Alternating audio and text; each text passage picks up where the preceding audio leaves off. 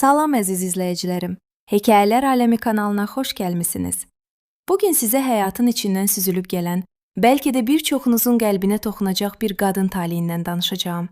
Sevgi, xəyanət və yenidən ayağa qalxmağın hekayəsidir bu. Bəzən ən böyük itkilər bizi ən gözəl başlanğıclara aparır. Gəlin Zərif xanımın və onun təsadüfi rastlaşdığı üç qadının maraqlı həyat yoluna birlikdə nəzər salaq. Bütün gecəni fikir-xəyal içərisində keçirərək demək olar ki, yatmamış. Səhər açılanda axır ki, qəti qərara gəlmişdi. Yox, artıq belə davam edə bilməz.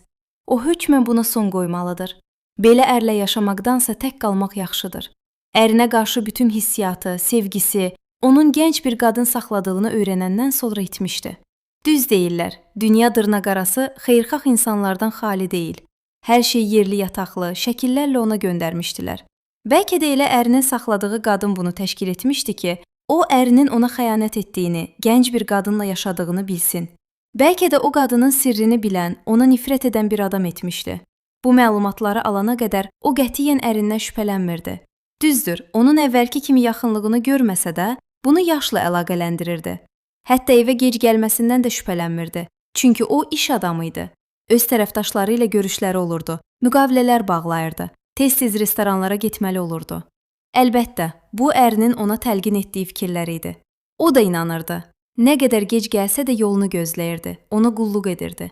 Qarderobda öz paltarlarından dəfələrlə çox onun kostyumları, köynəkləri asılırdı.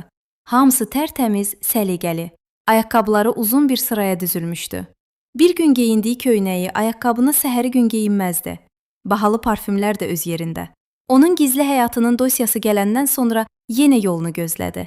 Lakin həmin gün onun içkili olduğunu görüb heç nə demədi. Səhər danışarıq, dedi. Əri yuyunub, adəti üzrə səhər yeməyi üçün mətbəxə keçəndə, o hər gün bir qayda olaraq onun üçün hazırlanmış süfrəni görməyib, sakitcə oturub ona baxan xanımını gördükdə ilk ağlına gələn fikir, bugün gec durmusan, oldu. Yox, vaxtında durmuşam. Gəl əyləş, səninlə söhbətim var. O tan sakit və ciddi nəzərlərlə ona baxan xanımı ilə üzbəüz əyləşdi. Qadın dizi üstə saxladığı konverti onun qarşısına qoydu. Aç bax, kimsə naməlum kəs dünən bunu mənim adıma göndərib. Əri konvertin içərisindəki yazılı kağızı və şəkilləri çıxartdı. Şəkillərin özünə məxsus olduğunu görüb, birinci onlara baxmağa başladı. Bir-bir hamısına baxıb, sonra iki qatlanmış kağızı götürüb oxudu və nəhayət hamısını bir kənara qoyub soruşdu. Sən məni izləmək üçün detektiv tutmusan? Mənim heç ağlıma da gəlmirdi ki, sən iş üstündə deyil, kurtizanka yanındasan. O, həmin qadın haqqında daha pis söz demək istədi, lakin tərbiyəsi buna yol vermədi. Əri birdən bozardı. O kurtizanka deyil, mənim sevdiyim qadındır. Düz yazıblar, mən 2 ildir onunlayam. Sənə yazığım gəldiyi üçün səni evdə saxlayaram, amma onu sevirəm. Ev hər ikimizindir. Yoxsa unutmusan, alınanda tam yarı pulunu mənim atam verib. Əri sustu və nəhayət dedi. İndi ki bilirsən, deməli gizlətməyə dəyməz. Mən o qadını saxlayacam. Sən gələcəyini özün fikirləş. Ayağa durub mətbəxdən çıxdı. Konvert stolun üstündə qaldı. Bir neçə dəqiqədən sonra bayır qapısının səsi gəldi. O getdi. Özü də konkret fikrini bildirib getdi. Zərif bütün günü işdə də, evə gələndən sonra da bu hadisənin təsirindən çıxa bilmədi. Düşdüyü vəziyyəti anlamağa və nəticə çıxarmağa çalışdı. Onlar eyni universiteti bitirmişdilər. Bakıya rayondan gələn hər iki gənc təhsillərini bitirən kimi evlənmişdilər. Əvvəl kirayədə yaşayırdılar, lakin özlərini xoşbəxt sayırdılar. Övladları doğulanda valideynləri ortaq pul qoyaraq onlar üçün 4 otaqlı mənzil aldılar. Qadın həmişə öz ərindən razı, sevgi içərisində yaşamışdı. Lakin ona göndərilən şəkillərə baxdıqca 45 yaşlı ərinin xəyanətini aydınca anladı. Artıq gözləməyə dəyməzdi. Bir gün işə getmədi. Lazım olan sənədləri götürüb boşanmaq üçün ərizə verməyə yollandı. İdarədə növbəsini gözləyərkən onunla yanaşı kreslolarda təxminən özü yaşlarda olan 2 qadın əyləşmişdi. Yanaşı kresloda əyləşən qadın ona tərəf dönüb saatı soruşdu. Amma saat soruşan qadın deyəsən həmsöhbət axtarırdı. Boşanmaq üçün ərizə verməyə gəlmişəm. Hətta burada da növbə var, deyib gülümsədi. Məlum oldu ki, digər 2 qadın da eyni məqsədlə oradadırlar. Lazım olan prosedurları keçib, rüsunu ödəyəndən sonra bir yerdə idarədən çıxdılar. İlk müraciət edən qadın dedi. Üçümüzün də problemi eynidir. Gəlin tanış olaq və bir-birimizə kömək edək. Mənim adım Nərgizdir. Digər qadın. Mənim adım Gülsümdür. Nəhayət o dilləndi. Mənim adım Zərifdir. Nərgiz xanım bir gözəllik salonunun sahibi, Gülsüm xanım ingilis dili müəllimi, Zərif isə baş mühasibidir. Onlar bir kafedə əyləşib dərdləşdilər.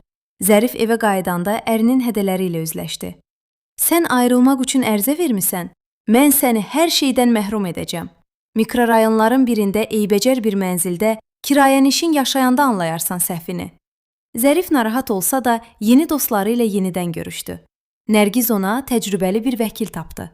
Vəkil məsələ ilə tanış olandan sonra dedi: Nikah dövründə birlikdə qazanılan əmlak yarı bölünür. Ödəniş etdiyiniz qəbzlər və sübutlar lazımdır. Zərifin atası da məsələdən xəbərdar oldu. Atası mühasib olduğu üçün vaxtilə notariusda evin yarı pulunu verdiyinə dair sənəd təsdiqlətmişdi. Həmin sənədin surətini Zərifə göndərdi. Artıq Zərifin əlində güclü sübutlar var idi. Nərgiz isə daha bir addım atdı. Mənim tanıdığım etibarlı bir detektiv var. Gəl ərinin gizli aldığı mülkləri və bank hesablarını araşdıraq. Məlum oldu ki, ərinin sevgilisi üçün aldığı ev də öz adına imiş və bankda böyük məbləği depoziti var imiş. Nəhayət məhkəmə günü gəlib çatdı. Hakim sənədlərlə, qəbzlərlə və atasının notarius tərəfindən təsdiq olunmuş ödəniş sənədi ilə tanış oldu. Qərar oxundu. Bütün aktivlər, hətta ərinin gizli aldığı ev və bankdakı pulu da bərabər bölünməlidir. Eyni zamanda Gülsümün də taleyi bəlli oldu. O ərinin sonsuz olduğunu bilsə də, bunu illərlə ona deməmişdi ki, əri üzülməsin. Lakin bir gün bir qadın gəlib ərindən hamilə olduğunu demişdi. Gülsüm ərinin xəyanətini öyrənəndən sonra susmadı və məhkəmə yolu ilə öz payını aldı. İndi hər üç qadın artıq azad idi. Özlərini bədbəxt yox, belə ərlərdən ayrıldıqları üçün xoşbəxt hesab edirdilər. Bu bir neçə ay ərzində onlar o qədər yaxın olmuşdular ki, özlərini bacı, qohum kimi hiss edirdilər. Qarşıda onları birgə görüşlər, yığıncaqlar və səyahətlər gözləyirdi. Heç demə, dostluq təkcə uşaqlıqdan deyil, hətta 45 yaşında da başlaya bilirmiş. Hər üçünün ailə problemi onları bir-biri ilə tanış etmiş, dostlaşdırmışdı. Kim bilir, bəlkə də bu təsadüf deyil, onlara Tanrının verdiyi bir hədiyyə idi. Bəli, əziz dostlar, bu hekayə bizə göstərir ki, həyatda heç bir son əslində son deyil. Bəzən qapanan bir qapı daha aydınlıq bir gələcəyin açarı olur. Unutmayın ki, dostluq və daxili güc hər bir çətinliyin öhdəsindən gəlməyə qadirdir. Əgər hekayəmizi bəyəndinizsə, videonu bəyənməyi və kanalımıza abunə olmağı unutmayın. Sizin də bənzər həyat təcrübələriniz varsa, şərhlərdə bizimlə bölüşün. Yeni hekayələrdə görüşənədək sağlıqla qalın.